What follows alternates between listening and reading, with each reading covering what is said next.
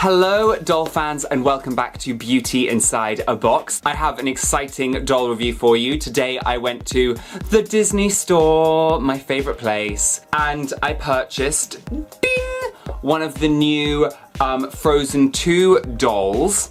This is obviously Elsa in her Frozen 2 outfit, looking fabu. I'm really excited to open her. She's a singing doll. I kind of wish she wasn't a singing doll. But, you know, I thought there would be like a non-singing option, but there are only singing dolls of Anna and Elsa at this point, separately. They did have a doll set with Anna and Elsa both together, which I was actually about to buy until I saw they were wearing flats.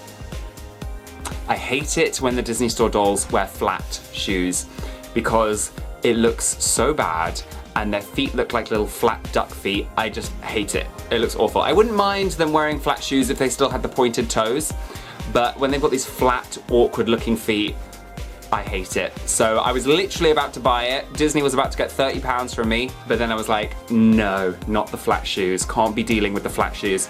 So instead I got this lovely queen here, and this is a really nicely made doll. The Disney Store dolls never cease to amaze me with the quality, and considering this doll is only £17, a really great price.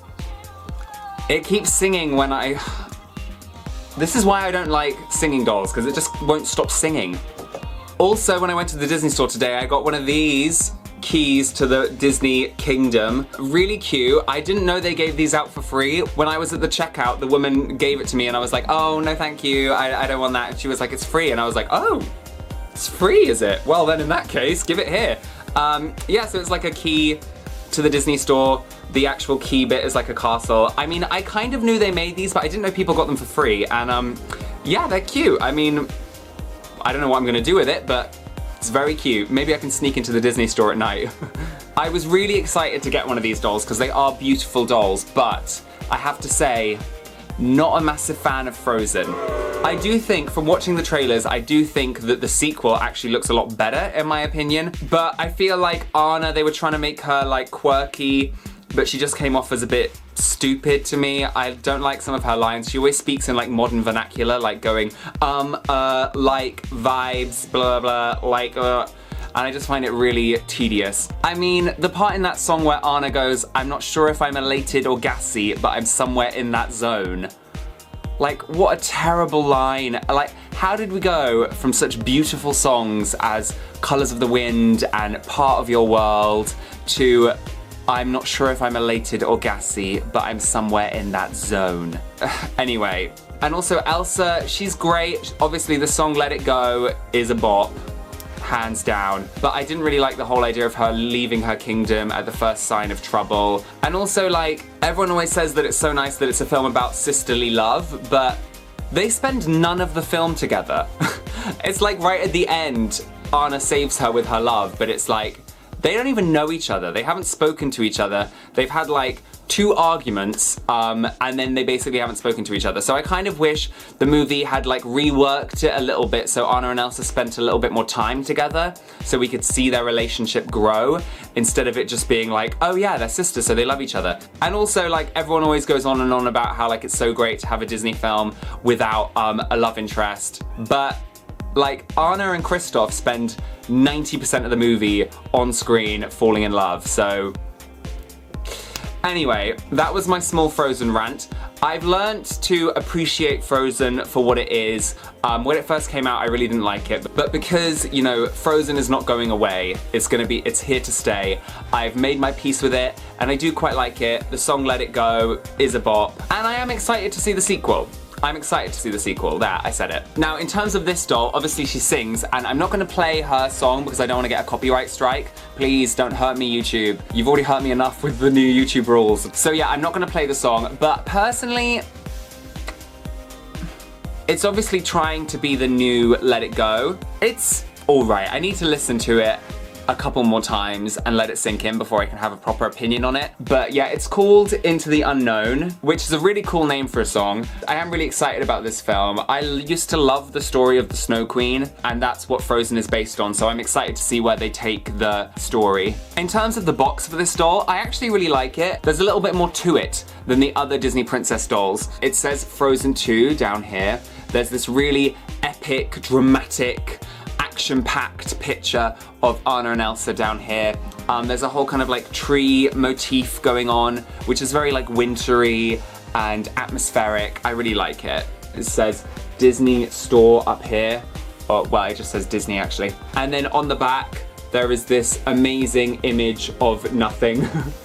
I kind of wish they put a little bit more on the back because this is a bit boring. But yeah, there's kind of like packaging information and it says Frozen 2 again. You know, same old stuff. Now I'm gonna take her out of the box and give you guys a closer look at the doll. Okay, so she is out of the box, and this doll is really nice. I have a couple problems with her, but mostly this is a really nice doll, and I think the Disney Store did a really good job, as per usual, because Disney Store often comes through for us, other than the flats. We're just gonna ignore the flats. This doll luckily has pointed feet and she's wearing some high-heeled, some really cool looking high-heeled boots. I've turned her off so you can't hear her sing, but normally you would twist her wrist to do it. It was really annoying because she was singing so much, and when I was taking her home from the Disney Store, I could hear her singing in my backpack, and it was kind of embarrassing. On the tube, you could hear her going, "Into the unknown!" Yeah. So if we start off by looking at her face, it's really nice and really movie accurate. The Disney Store does a really good job with the faces. I like her hair all swished back. I really don't like Elsa's weird little short wispy bits she has on the top of her head, and I'm really glad that on this doll they've like scraped them back so you can hardly see them, because I think they look so ugly. I don't know why she has her hair cut like that. Why does she have all these short bits on the top? Disney, it's bad. You need to get a new hairdresser for your Disney princesses. But I like this one little bit she's got coming down here. That's cute. Her eyes look really stunning. Her ponytail's really nice. There's a little bit of glue in there, but it's not too much of an issue. And then if we go on to her outfit, I really like it. It's really cool. It's very similar to her original outfit, but this one's a bit more kind of like ready for action, like Elsa ready for combat. She's got this really nice little belt going on there, and it is actually separate, so you can take it off separately from the rest of the dress. She's got these nice see-through panels up here with beautiful shining snowflakes on them, silver snowflakes. And that actually connects to her cape. Her cape is interesting. It's in like two halves. I've never seen this before. Unfortunately, it needs to be ironed, and also there are a couple of little like fraying bits coming off, which is kind of like something that happens quite a lot with this sort of material. There's loads of little fraying threads coming off. But I like at the bottom how they've printed on some cool little icicle patterns. Very cool. And the dress is like beautifully fitted. They always do a really good job with that. The bottom half of the dress is really cool.